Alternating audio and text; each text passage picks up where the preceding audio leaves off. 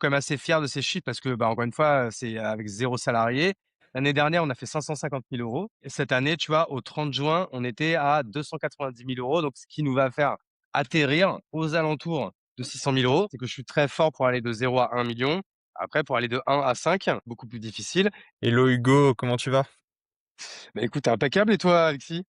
Ben, ça va super, merci. Merci d'avoir accepté l'invitation, c'est très cool. Il y a tellement de sujets qu'on va pouvoir aborder.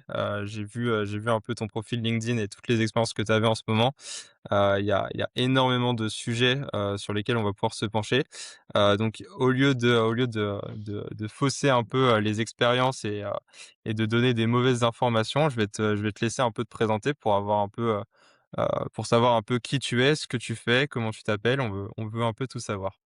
Bah, écoute, avec plaisir et je vais même commencer déjà, bah, encore une fois, à te remercier pour l'invitation, vous féliciter de ce que vous faites avec Nano parce qu'encore une fois, même si on est, confrères avec des clients, en commun ou quoi, bah, moi je trouve, ça trop cool qu'il y ait plein de nouveaux acteurs et des acteurs comme vous qui arrivent sur le marché. Franchement, je vous félicite pour l'exécution, parce que je vous vois partout, je vois que ça marche bien. Vous avez bien pigé, ce marché du marketing d'influence B2B et du coup, forcément, ça fait du bien au marché parce que ça aide à l'éducation de tout ça. Donc, déjà, je voulais commencer le podcast par vous féliciter là-dessus, parce que sachant qu'en plus vous êtes méga jeune.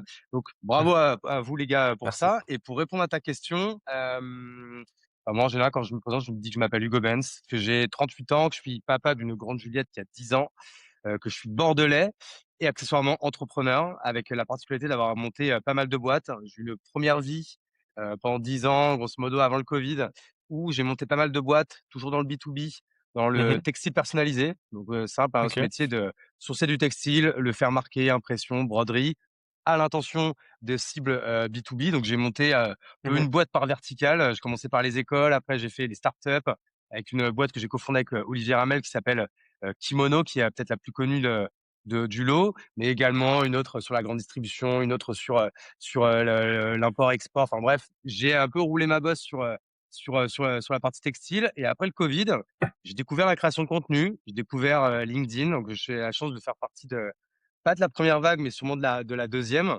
Et du coup, d'avoir vu un peu toutes ces opportunités que ça pouvait amener, le fait de créer du contenu en ligne, d'être assez rigoureux, de le faire quotidiennement, de créer une audience, une communauté et voir un peu toutes les opportunités qui s'offraient à nous là-dessus. Donc, c'est le moment où j'ai décidé de tout bazarder côté textile et de lancer un startup studio que j'ai appelé La Chapelle, sans savoir ce que j'allais faire, mais avec juste une seule certitude, c'est que j'avais envie de graviter autour de cette nouvelle créateur économie plutôt côté B2B, de voir ce qu'il pouvait y avoir. Et c'est vrai que j'ai testé beaucoup de choses qui ont pas marché, qui ont marchoté, et jusqu'à en fait une verticale qui a éclaté, c'est celle de l'influence B2B, et c'est celle où j'ai décidé de mettre, bah, toute mon énergie, depuis maintenant 1 an et demi, du coup avec, bah, une partie agence, une partie SaaS et toujours quand même cette partie média, du coup avec toujours de la création de contenu sur LinkedIn, via pareil, tout un parterre de newsletters, le Mmh. podcast, YouTube, Instagram, bref voilà, je pense qu'on va parler un peu de tout ça, mais aujourd'hui voilà, c'est ce qui m'anime, c'est, tous ces métiers, faits et toutes ces verticales autour de l'influence B2B. OK, trop cool, incroyable. Parcours, bien dense et bien intense. Super intéressant.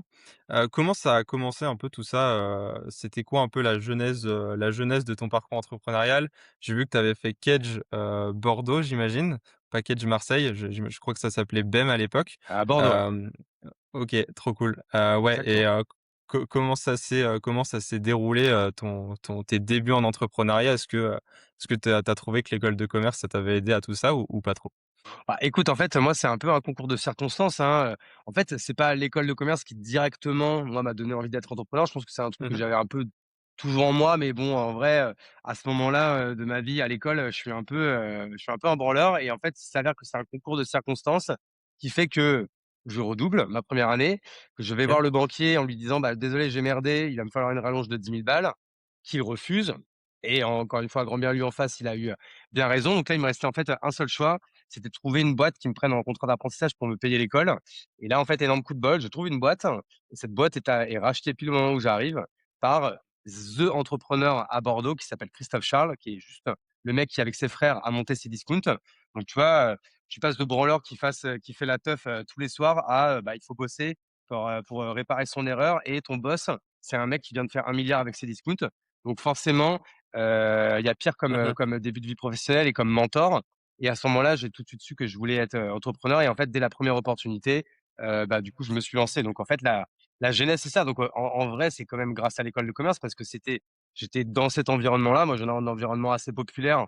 Du coup, je suis arrivé dans une grande ville déjà. Je suis arrivé avec des gens qui venaient d'un milieu supérieur au mien, où j'avais pas les codes, eux, ils les avaient. Je les ai compris au fur et à mesure grâce à eux. Mmh. Et puis voilà, ça te met dans un environnement qui est propice, on va dire. Donc, c'est pour ça que moi, je cracherai jamais sur les écoles de commerce, bien au contraire. Moi, ça fait plus de 15 ans que j'ai quitté l'école et mes 15 meilleurs potes, c'est mes 15 meilleurs potes d'école. On est toujours hyper liés, même si on n'est plus ensemble. À l'époque, j'avais rencontré ma femme à l'école, donc enfin, tu vois? Mmh. Je pourrais jamais cracher sur l'école de commerce, ou bien au contraire. OK, et avant de rejoindre l'école, tu avais déjà cette volonté d'être entrepreneur ou pas du tout? Bah, tu vois, j'ai fait comme, je pense comme beaucoup d'entrepreneurs, moi, dès le lycée, je lançais des petits projets, j'ai lancé une marque de fringues, je faisais alors les marques de fringues ne marchaient pas du tout. Par contre, j'avais un business qui marchait hyper bien, c'est que j'organisais des teufs, une fois tous les 2 mois, Mmh. mais tu vois, en mode, à l'ancienne avec, tu vois, mon CRM, c'était une feuille de papier où je mettais tous les gens, que je voulais inviter. Je récupérais, l'oseille pendant entre 2 cours, pendant les cours de récré. Et après, on allait avec les grands frères pour aller acheter l'alcool parce qu'on n'avait pas 18 ans. Tu louais une salle des fêtes, tu trouvais un DJ de contact. Donc c'était, mes premiers pas d'entrepreneur, en vrai, c'est ça, hein, c'est ce système de teuf que j'ai fait bah, en 1 et en terminale et j'en ai organisé une quinzaine comme ça, quoi. OK, grave intéressant. J'ai l'impression que c'est pas mal dans l'ADN des personnes à Kedge de faire la fête et de générer un business model à travers ça. Donc, assez marrant. Comment ça s'est passé par rapport à ton donc tu as fait ta première année à Kedge et directement durant cette, première année, en fin de première année, tu as eu, du coup cette opportunité avec le patron de Cdiscount, c'est ça? Alors en fait, c'est à la fin de ma deuxième première année, hein, donc je fais une première OK. année, je la retape, Mmh. j'en refais une et à la fin de cette deuxième première année, là, je trouve un contrat d'apprentissage, du coup, sur 2 ans et pendant 2 ans, du coup, bah, mon rôle, c'était d'être, auprès de Christophe Charles et en fait, j'ai eu de la chance, c'est que en fait, ma mission, qui était une mission un peu de couteau suisse de base, bah, s'est très vite transformée en une mission où je devais monter des verticales dans le groupe qui était en train de créer. Donc c'était un peu, tu vois, de Mmh. l'intrapreneuriat et ça, pour le coup, ça a été la meilleure école possible pour moi, quoi. OK, et tu es passé comment donc du contrat d'apprentissage à, ta première expérience, entrepreneuriale, façonnée par toi en tant que fondateur? Comment ça s'est passé globalement? Est-ce que tu as monté ça pendant ton contrat d'apprentissage en parallèle? Est-ce que ça s'est fait seulement après? Ça s'est déroulé comment? Ouais, ça s'est déroulé après parce qu'en fait, bah, en fait, cette boîte-là faisait de l'impression, surtout support et notamment textile. Mmh. Et en fait, bah, j'ai découvert que, j'étais bon pour créer, en fait, des boîtes dans la boîte. Sur la Mmh première, mh. tu vois, que je co-crée pour lui avec un autre stagiaire, on fait, un peu plus de 600 000 balles dès la première année. Donc je me dis: «Putain, je suis bon à quelque chose», tu vois, en mode, il y a un marché qui a pas besoin de créer, il existe déjà. Nous, on arrive avec une offre et en fait, le but, c'est de vendre, vendre, vendre parce que nous, on était vraiment on avait un vrai ADN de vendeur. Christophe Charles, c'est un vrai vendeur, hein. Scout, c'est la Mmh. vente, la vente, la vente. Et je me suis découvert que j'étais bon là-dedans, que je maîtrisais bien ce marché. Et donc, du coup, en fait, tout de suite après, bah, je crée ma première boîte et je mets même la barre à potes, c'est que je crée même carrément, en fait, une usine d'impression sur tout support pour, en fait, maîtriser même, l'appareil productif, quoi. Ouais, de mémoire, ça s'appelait La Piscine, c'est ça? Exactement, la piscine. Mais Ouais, ouais, ouais, donc ça. c'est en fait, si je comprends bien, la jeunesse, c'est en fait de là que vient ton envie de créer plein de petits projets en même temps, et de ce que j'ai compris, du coup, tu avais, comme tu m'as dit, hein, tu as monté plein de petits projets durant ces 10-12 dernières années et tu les as fait grimper et après tu en as recommencé d'autres. J'ai l'impression que ça naît un peu, c'est un peu né dans cette expérience de 2 ans en apprentissage où tu as monté plein de verticales et que ça t'a permis ensuite de répliquer ça dans ta propre vie finalement. Je pense que ça vient de là, en effet, ouais. C'était quoi exactement la volonté, la chose que tu avais remarquée dans le marché pour monter ta première boîte, qui s'appelait La Piscine? C'était quoi la chose où tu t'es dit: «Il y a un move à faire, j'ai quelque chose à ajouter à ce marché-là et qui va pouvoir me propulser un petit peu»? Bah, en fait, c'est simple, hein, c'est que ça faisait déjà moi, parce que du coup, j'ai fait mon contrat d'apprentissage de 2 ans et je suis resté 2 ans de plus dans la boîte, jusqu'à monter Mmh. directeur commercial de la boîte qui est de base, on était 10, à la fin, on était 70. Bah, en fait, c'est simple, c'est que je vois en fait, dans le texte personnalisé, tout le monde en a besoin. Quand tu regardes autour de toi, tout est imprimé, hein, tu vois? j'ai un Mmh. t-shirt qui est imprimé, derrière toi, tu as une enseigne qui est imprimée, même si c'est sûrement un truc d'IA, mais bref, tu as compris. Enfin, tout en fait, à un moment donné, tout support s'imprime, donc les marchés sont énormes. Et en fait, à partir du moment où tu as, acquis, en fait, la conviction que tu as une méthode pour vendre, mais en fait, qui est pas une méthode, en fait, qui est simple, hein, c'est, tu fais une base Mmh. de données et tu contactes tout le monde. Il suffit juste après d'avoir le bon message et le bon CRM et la bonne organisation, en fait, de vente et de limiter, enfin, tu vois, de maîtriser bien vraiment toutes les étapes du cycle de vente jusqu'au closing et ensuite même à la production et ensuite même à la fidélisation, et cetera. Donc en fait, à partir du moment où tu fais ça, j'avais acquis cette certitude peut-être un peu naïve et donc du coup, c'est ça qui a fait que je me suis lancé parce que j'avais pas de marché, en fait, à créer. Il existait déjà, il suffisait juste, en fait, d'aller se servir et d'être plus fort que les autres, quoi. Mmh. OK, et c'est comme ça qu'est née ton envie de commencer l'influence sur LinkedIn ou c'est seulement après que c'est arrivé? Non, ça, je te dis, c'est en fait, c'est pendant après le covid, en fait, j'ai découvert, en fait, les créateurs de la première vague, qui sont les Grégoire Gambato, Benoît Dubo, Caroline Mmh. Mignot.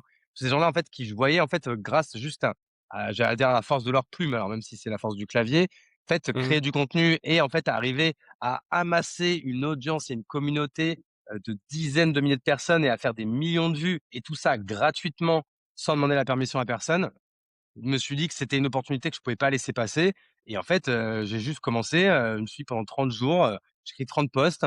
Moi, de base, j'avais rien à vendre, hein, donc en fait, en vrai, j'écrivais, assez naturellement, il y avait on n'utilisait pas l'IA à ce moment-là, c'était, ta bite et ton Mmh. couteau et ton clavier encore une fois c en fait, c'est de cette opportunité-là que, les opportunités d'influence sont arrivées. Moi, c'est simple, hein, on était en 2021, c'est la boîte s'appelle ClickUp, c'est un SaaS, un peu concurrent direct de Notion, Monday, et cetera, qui me OK. contacte et qui me dit: «Si tu veux, 3 fois par mois, tu me mentionnes dans un de tes posts et on te file $300 par post». J'ai fait: «Waouh!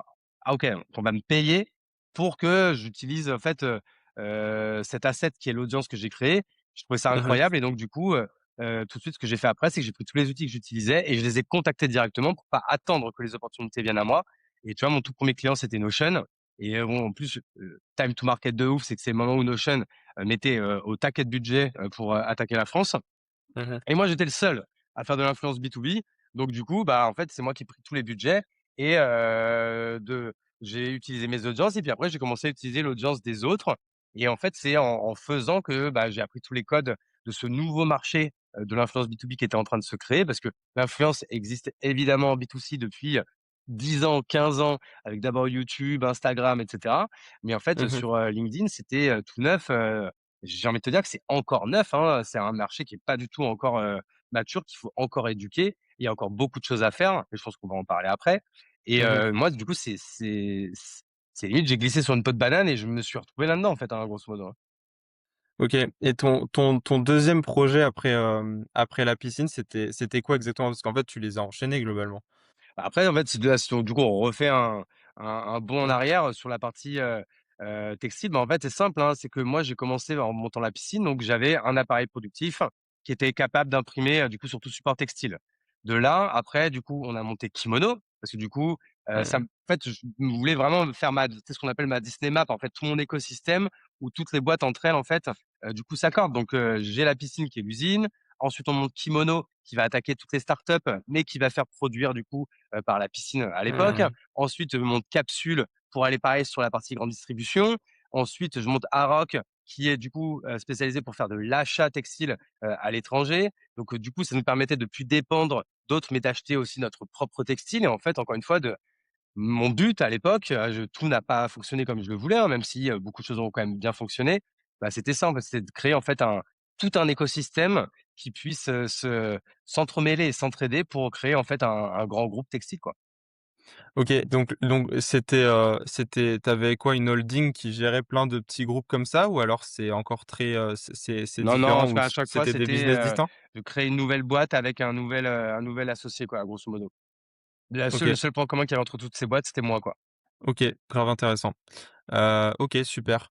OK, et donc ça s'est fait, donc toute cette partie de distribution, de merchandising, tout ça, ça s'est arrêté quand exactement? Est-ce que tu es encore impliqué dans ces activités ou c'est plus du tout le cas?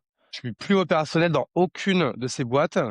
J'ai, tout revendu, sauf mes parts dans le kimono que j'ai toujours, mais je suis plus du tout opérationnel.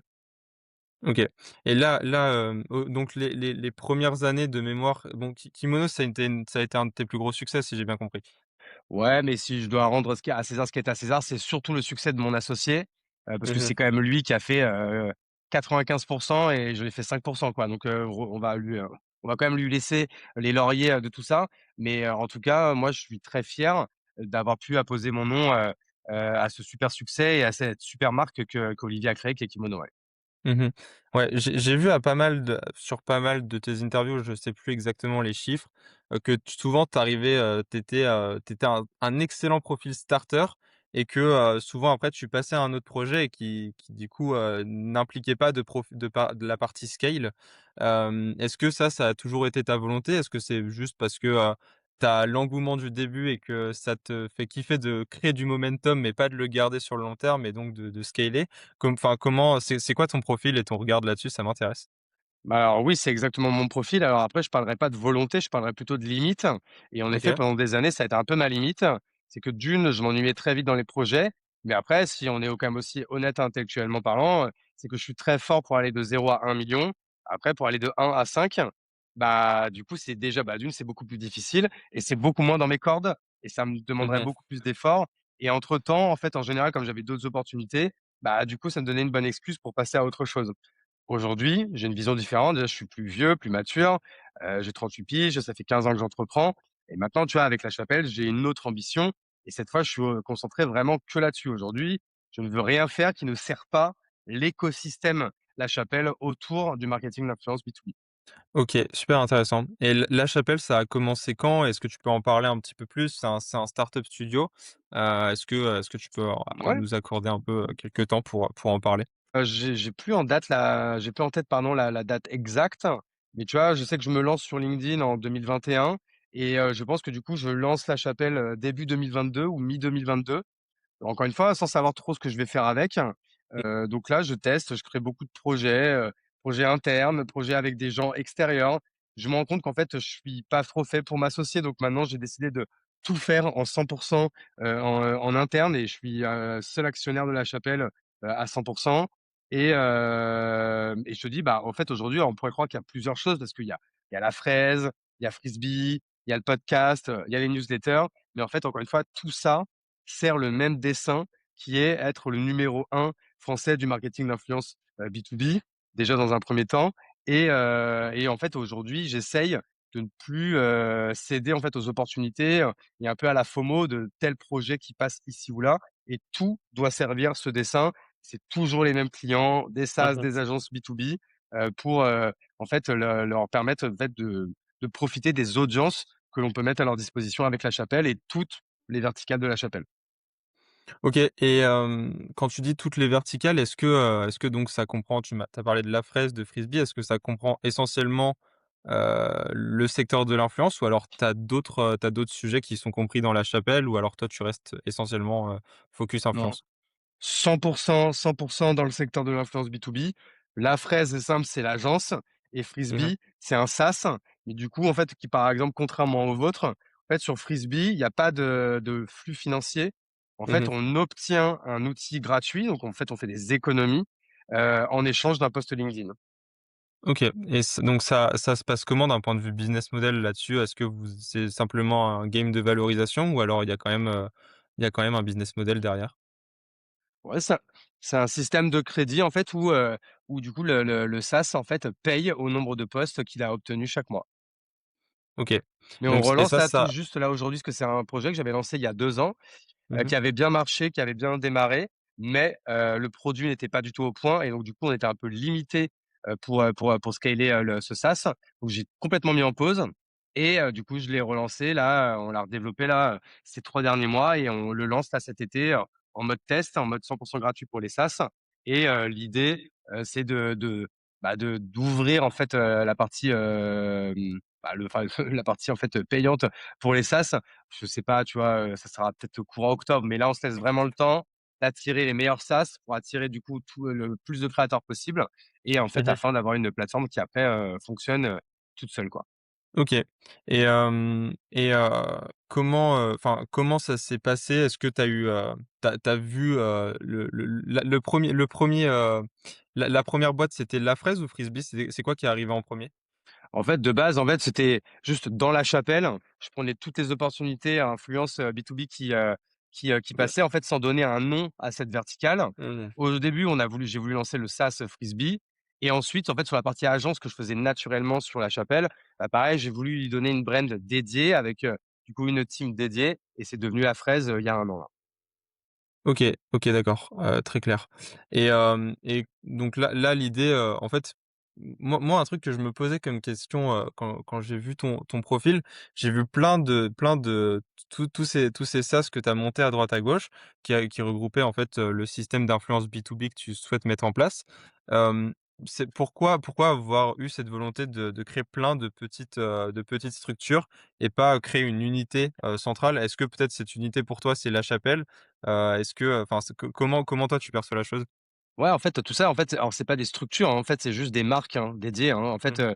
la Mmh mh. structure, c'est La Chapelle, ça s'appelle La Chapelle Club SAS et Mmh. ensuite La Fraise, c'est une marque et Frisbee, c'est une marque, mais tout appartient à 100 à La Chapelle et en fait, c'était juste pour, hem, mettre plus de lisibilité là-dedans et en fait, dans le but, en fait, encore une fois, de grossir et d'avoir des équipes dédiées, tu mets pas la Mmh. même équipe, sur, l'agence et tu mets pas la même équipe sur la partie, frisbee qui est encore une fois totalement différente et en fait, c'était plus dans un optique de comment ça va se passer dans le futur quand tout ça, va grossir et ben, en fait, c'était d'avoir, des c'est plutôt ce qu'on appelle des business units, avec, du Mmh. coup, une brand dédiée, quoi. OK. Toi, ton objectif, toi, c'est d'être le numéro 1 de l'influence B2B en France. Est-ce que tu as déjà Ouais. eu cette ambition ou cette volonté de t'exporter à l'étranger? Ou alors c'est quelque chose que tu as souhaité de rester en France, d'avoir ta marque, ta marque personnelle, ta personal brand en France? Est-ce que, ou ça m'intéresse aussi cette partie. Bien sûr que ma volonté, c'est après d'aller à l'étranger, mais bon, je pense que vous avez déjà dû vous en rendre compte. En fait, il y a déjà Mmh mh. énormément de boulot à faire en France et c'est déjà Mmh. suffisamment difficile en France, pour se mettre encore plus de bâtons dans les roues avec les moyens qu'on a pour aller, en fait, par exemple, bah, chercher les US qui est, en fait, le premier marché à aller prendre, où il y a quand même déjà quelques acteurs. Donc là, moi, pour l'instant, l'idée, c'est de se dire, en fait, plutôt que de se disperser, autant être le meilleur sur un marché que je juge déjà gros et en plus, où il y avait pas encore trop de concurrence, donc l'idée c'était de prendre de l'avance et donc moi c'est plus dans cette volonté-là, demain, si je recrute une équipe, de 10 personnes, on va pouvoir aller attaquer mais pour l'instant, en vrai, avec les moyens du bord, c'est mieux de mon point de vue, c'est mieux en tout cas pour nous, de nous concentrer sur la France. Mmh. OK. Avec La Chapelle, tu m'as dit que tu étais l'actionnaire principal et unique, si j'ai bien compris. Est-ce que tu as enfin, c'est quoi actuellement La Chapelle Ouais. en termes d'effectifs? Vous êtes combien si vous êtes plusieurs? Aujourd'hui, franchement, c'est pas beaucoup, hein. Aujourd'hui, bah, avec une personne qui est arrivée là lundi, maintenant j'ai 8 personnes. Que OK, des freelances, j'ai 0 salarié et en fait, d'accord. j'ai juste des freelances, part-time qui sont à 1 jour, 2 jours, certains, quasiment plein temps, du coup sur telle ou telle, thématique. Mais aujourd'hui, pareil, je suis dans une optique encore, je suis un peu dans un entre-deux où pour l'instant, voilà, je construis avec le plus de flexibilité possible pour me donner, en fait, on va dire, le choix, d'ici la fin de l'année de ce que je veux faire de la chapelle, quoi. Tu es à combien à peu près de revenus si tu es OK d'en parler? Est-ce que donc en Ouais, combien ouais, de pas de temps tu souci, as hein. acquis, tel revenu et à combien tu es actuellement? Ça peut être intéressant de savoir. Je peux donner les chiffres vraiment en toute transparence, c'est parce que, du coup, en fait, je suis quand même assez fier de ces chiffres parce que, bah, encore une fois, c'est avec 0 salarié et juste avec, moi aux manettes. L'année dernière, on a fait 550 000 € et cette année, tu vois, au 30 juin, on était à 290 000 €, donc ce qui nous va faire atterrir aux alentours de 600 000 €. Donc tu vois que le chiffre, il est pas mauvais, il est pas non plus incroyable, mais il est pas mauvais. Mais du coup, tu vois, ça montre bien que là, il va falloir que je prenne une décision parce que tu vois, du coup, je fais quasiment pas de croissance, mais Mmh. parce qu'en fait, j'arrive un peu à mon plafond de verre et du coup, en fait, aujourd'hui, je suis toujours, en fait, à un point de bascule que chaque entrepreneur, je le souhaite à tout le monde et vous, je pense que vous y êtes bientôt où en fait tu prends la décision de, est-ce que, ce niveau, il me va ou est-ce que je veux monter plus haut? La plupart d'entre nous, même si on veut pas se l'avouer, bah, on veut toujours aller plus haut et donc du coup, bah, pour aller plus haut, il y a pas 36 solutions, hein. C'est soit on travaille plus, soit on investit plus, soit on recrute plus, soit on fait les 3. Et moi, là, je suis à un point de bascule. Encore une fois, je me laisse l'été pour y réfléchir où, en gros, qu'est-ce que je vais faire? Mais bon, je vais sans spoiler, évidemment que du coup, je vais décider d'investir plus, de recruter plus et de travailler plus pour aller, chercher, bah, le plafond d'après quoi, grosso modo. OK. Avec Frisbee, ça fonctionne par système de crédit. Avec, la fraise, ça fonctionne comment? Est-ce que, l'entreprise, elle a un budget qui est dédié pour ses créateurs et elle a un budget dédié pour toi? Est-ce que, toi, elle a un budget principal et ensuite toi, tu gères l'allocation du budget avec, des fees dessus? Comment ça fonctionne avec ça? Alors moi, en fait, j'ai créé des packs. En fait, Mmh. moi, c'est vrai qu'aujourd'hui, je fais, je fais pas mal d'activations de macro-influence, mais j'en fais de moins en moins. Aujourd'hui, moi, ce qui marche le plus, je pense que c'est la micro-influence. Donc moi, j'ai des packs de micro-influence, pack de 10 posts de micro-influence, pack de 20, pack de 30, pack de 50, pack de 100, et avec du coup un prix dédié. Et en fait, dans ce prix, il y a le coût des influenceurs et la marge de l'agence. OK, et donc c'est majoritairement des micros, si j'ai bien compris, et un petit peu de macros, c'est bien ça? Exactement, mais en fait, grosso modo, moi, dans les la plupart des activations que je fais, tu vois, pour te donner une idée, les influenceurs les plus chers que je prends dans mes activations, c'est des influenceurs à 500 €, tu vois? Ça Mmh. m'arrive parfois, tu vois, avec des grosses boîtes qui veulent vraiment faire une amplification avec des vrais, ce qu'on appelle des vrais KOL, hein, des vrais Key Opinion Leaders, où là, tu es plus sur des posts qui vont te coûter, 750, 1 500, parfois 2 000 €. Mais en Mmh. vrai, je trouve qu'en ce moment, c'est un peu plus rare, les influence. OK, OK, grave intéressant. Quand tu gères ton agence, quand tu gères La Fraise, quand tu gères Frisbee, est-ce que les clients, ils te parlent souvent de ce qui se passe sur l'algorithme LinkedIn? Ça, c'est un peu une deuxième partie du podcast, qui est intéressant à aborder. C'est, comment toi tu abordes l'algorithme LinkedIn? On a souvent pas mal de questions quand on gère de l'influence B2B sur comment ça se passe, comment on gère correctement une campagne, comment on trouve les meilleurs créateurs pour cette campagne. Est-ce que toi, tu arrives à bien appréhender l'algorithme LinkedIn qui est assez mouvant, ces derniers temps? Comment toi tu appréhendes tout ça? Bon, écoute, en vrai, je pourrais jouer aux faux experts. La vérité, c'est que j'en sais rien, en fait, personne connaît l'algorithme LinkedIn. C'est vrai Mmh. qu'en ce moment, on pourrait croire ou dire que c'est plus compliqué. Moi, je pense qu'en fait, c'est pas plus compliqué ou plus dur. C'est juste qu'en fait, moi, le premier, quand ça marche mal, bah, c'est qu'on s'y prend mal, en fait, hein. Je veux dire, c'est pas la faute de LinkedIn, hein, je veux dire, c'est comme si tu avais un accident et tu disais: «C'est la faute de la route». Alors ça peut être le cas, mais 9 fois sur 10, c'est juste que tu as conduit comme une merde, en fait. Donc en fait, tu vois, ça c'est en gros, c'est la première chose.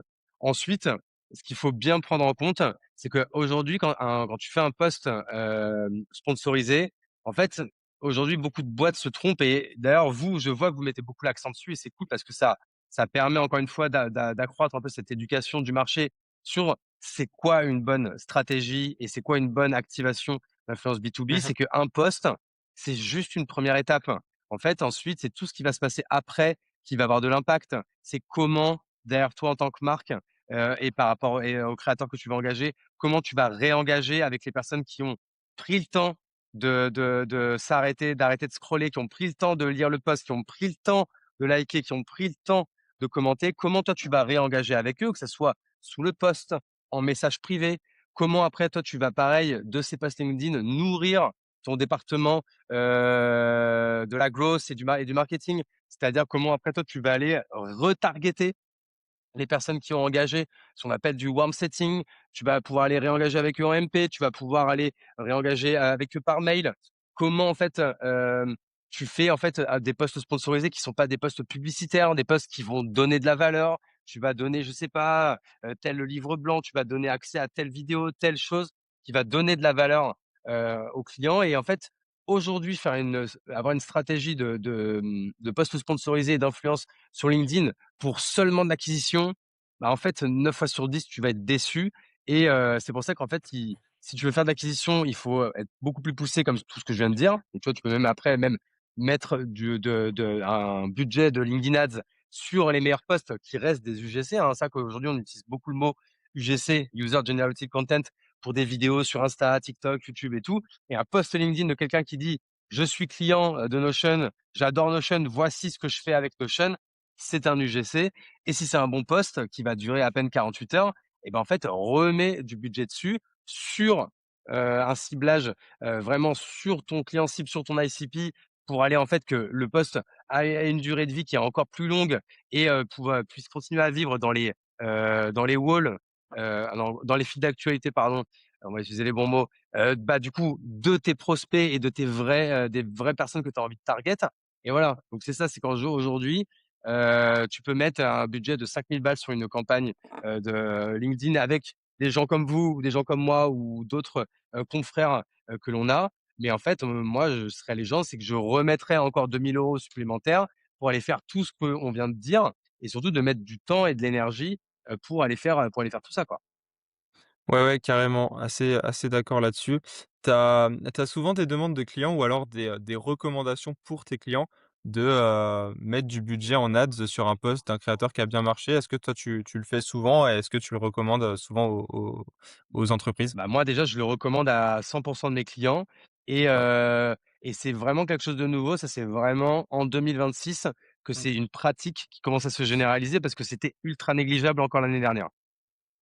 Ouais, ouais, ouais, assez d'accord. Je trouve que c'est un bon moyen d'avoir un post, on sait déjà s'il fonctionne ou pas, s'il a bien marché et ensuite de mettre des ads, pour le faire un peu plus décoller, c'est ultra bien. Évidemment. Hem, ouais, carrément. Sur ton studio La Chapelle avec La Fraise et Frisbee, tu majoritairement focus B2B. Est-ce que ça se contente à LinkedIn ou alors est-ce que tu fais aussi du YouTube ou du, X, Twitter, ou du Reddit, toucher à d'autres réseaux sociaux? Eh ben, écoute, alors très peu. J'ai, un peu de demandes Insta, un peu de demandes de YouTube. Je fais quand même aussi beaucoup de la newsletter. Mais j'avoue que sur Mmh. les autres réseaux, encore une fois, je suis pas expert et du coup, je vais pas forcément le vendre.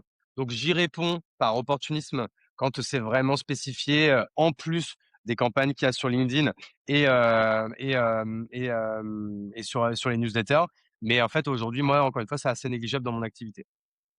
OK, OK et pourquoi cette volonté donc de rester sur LinkedIn uniquement? Parce qu'en fait, je c'est un réseau où je suis expert. Or, je le suis pas dans les autres. OK. OK, OK, intéressant. OK, bah, je sais pas si j'ai d'autres questions, mais c'est assez intéressant d'avoir ton point de vue. Toi, c'est quoi ton rythme de post, sur LinkedIn en ce moment? Est-ce que tu as toujours fait, je sais pas, 5 posts par semaine? Est-ce que tu as toujours été à 3 peut-être? Je sais pas, je sais que tu publies beaucoup en podcast. Tu à de mémoire 3 podcasts par semaine avec La Chapelle. Est-ce que tu Non, fais non, autant de non, un seul posts, podcast par semaine aujourd'hui. OK, d'accord. Donc Non, c'est non, donc tu moi, es par à contre, c'est en combien de posts du newsletter coup? où j'en fais vraiment quasiment une par jour Mmh. et en fait, sur LinkedIn, j'ai toujours été à un post par jour, sauf depuis, là, depuis franchement le début de l'été, j'ai décidé en fait déjà de plus poster quand j'ai rien à dire. Donc en fait, des fois, je peux rester, très facilement 5 jours sans poster, et en vrai, c'est pas un problème. Je vais m'y remettre, c'est juste qu'il faut que je retrouve vraiment, ma ligne édito pour ça, quoi. OK, grave intéressant. C'est quoi là tes prochains objectifs? Est-ce que donc c'est, comme tu m'as dit au tout début de scaler La Chapelle et d'aller, encore un peu plus loin dans tes chiffres? Est-ce que, c'est peut-être d'ajouter d'autres activités à ce que tu fais? C'est quoi un peu tes objectifs actuels? Non, pour l'instant, du coup, je suis très concentré là sur tout ce que je fais, et Mmh. l'idée, c'est pas d'en rajouter, quoi. OK. J'ai vu récemment que tu avais fait l'ascension du Mont Blanc. J'ai pas Ouais. exactement eu tout le contexte, j'ai vu que tu l'avais fait de mémoire avec, un bon petit groupe. C'était dans quel contexte de mémoire? Il y avait un lien avec, ta vie professionnelle là-dedans, mais aussi j'imagine ta vie personnelle. Ça s'est déroulé comment et quel était le but à travers, cette ascension? Bah, écoute, bah, du coup, là, pour le coup, c'est lié, en fait, encore une fois, à mon activité. Parce que Mmh. l'idée, c'était d'amener une quinzaine d'influenceurs B2B faire l'ascension du Mont Blanc, de trouver des sponsors B2B, pour nous accompagner et du coup, d'en faire de la création de contenu, avec un film, des podcasts, des newsletters, des posts LinkedIn et en fait, on va faire une véritable activation, d'influence irréelle, sur plusieurs semaines, voire mois. Heu et ça, c'est quelque chose qui m'a beaucoup plu Et tu vois, pour le coup, alors ça, j'en ai pas parlé parce que je veux pas encore une fois, manquer de visibilité, mais ça, pareil, on va dire, c'est la troisième verticale de la chapelle. Ça s'appelle la colo chez nous. C'est un nom de code, interne et l'idée, Mmh. c'est, au moins 2 fois par an de faire, voilà, ce type d'opération, quoi. OK. C'est propre donc, c'est externe, c'est-à-dire que c'est pas propre à ton activité avec tes freelances, c'est donc tout le Si, monde peut si, c'est rejoindre c'est la dans la colo? chapelle, ouais. D'accord, OK. Non, OK, non, OK. c'est moi qui choisis le casting. OK et ça s'est dessiné comment? Est-ce que tu as donc, envoyé des messages d'invitation à tes proches, à tes amis, à tes collègues de travail, qui voulaient potentiellement, faire cette Non, je ascension? je connais très bien l'écosystème, donc j'ai demandé aux gens qui me paraissaient, les plus cool, pour passer à l'image, pour, passer une semaine ensemble à faire l'ascension du Mont Blanc et ensuite et qui avaient également de leur côté une audience et une communauté pour, diffuser au maximum les contenus. Est-ce que toi, tu t'es préparé en amont pour cet objectif? Comment ça s'est dessiné? Est-ce que ça s'est fait 1 an à l'avance? Est-ce que tu t'es préparé 5, 6 mois avant et que tu as organisé tout ça avec ton équipe? Comment ça s'est déroulé, au tout début? Ouais, bah, écoute, ouais, ça a été, s 1 an de préparation et après au niveau physique, je vais dire, c'est plutôt les 6 mois qui ont précédé où ouais, je me suis vraiment, bien préparé en matière d'endurance, en cardio. C'est là que je me suis mis à l'Aerox à ce moment-là, que je me suis remis à l'escalade pour un peu, encore une fois, appréhender, que j'ai refait, pas mal de rando, à chaque fois avec un maximum de D+ pour m'entraîner. Mais voilà, en vrai, n'importe qui a une bonne condition physique, un peu de mental et surtout qui a la chance de pas avoir le mal des montagnes, tout le monde peut monter le Mont Blanc, je pense. OK et vous étiez accompagné d'un guide ou alors, vous avez décidé de Ah faire oui, ça, oui, ouais, OK. on avait 9 OK, guides parce que c'était décordé 9 de guides? 3. D'accord, ah oui quand même, OK. OK effectivement donc sacrée aventure et vous avez fait ça sur combien de jours? C'est, 3 jours de mémoire, 2 jours l'ascension du Mont Blanc? Et vous êtes monté par le col du On a Goûter? fait 4 jours parce qu'on a fait 2 jours de préparation, hein. OK. OK, OK, grave intéressant. Trop cool. Et ben, écoute, Hugo, moi j'ai pas d'autres questions pour toi. C'était super intéressant, d'avoir ton point de vue sur toutes tes activités, sur, comment tu gères l'influence, comment ça a émergé, tout ça. Donc merci pour l'interview, merci pour ton temps. C'était vraiment agréable, d'échanger avec toi. Bah, écoute, avec, grand plaisir. Merci Alexis. Encore bravo à vous, pour vos débuts dans l'entrepreneuriat qui sont, très, très prometteurs et bah, écoute, j'écouterai ça avec attention et puis, encore une fois, si vous avez besoin de quoi que ce soit, je suis là pour vous. Vous m'écrivez, je vous aiderai avec grand plaisir. Super. Et ben, écoute, merci beaucoup Hugo, pour ton temps et je te remercie encore pour toute la valeur que tu nous as donnée dans le podcast, c'est, extrêmement, agréable. Trop cool, bah, merci à toi et merci à toutes et tous qui nous ont écoutés jusqu'au bout.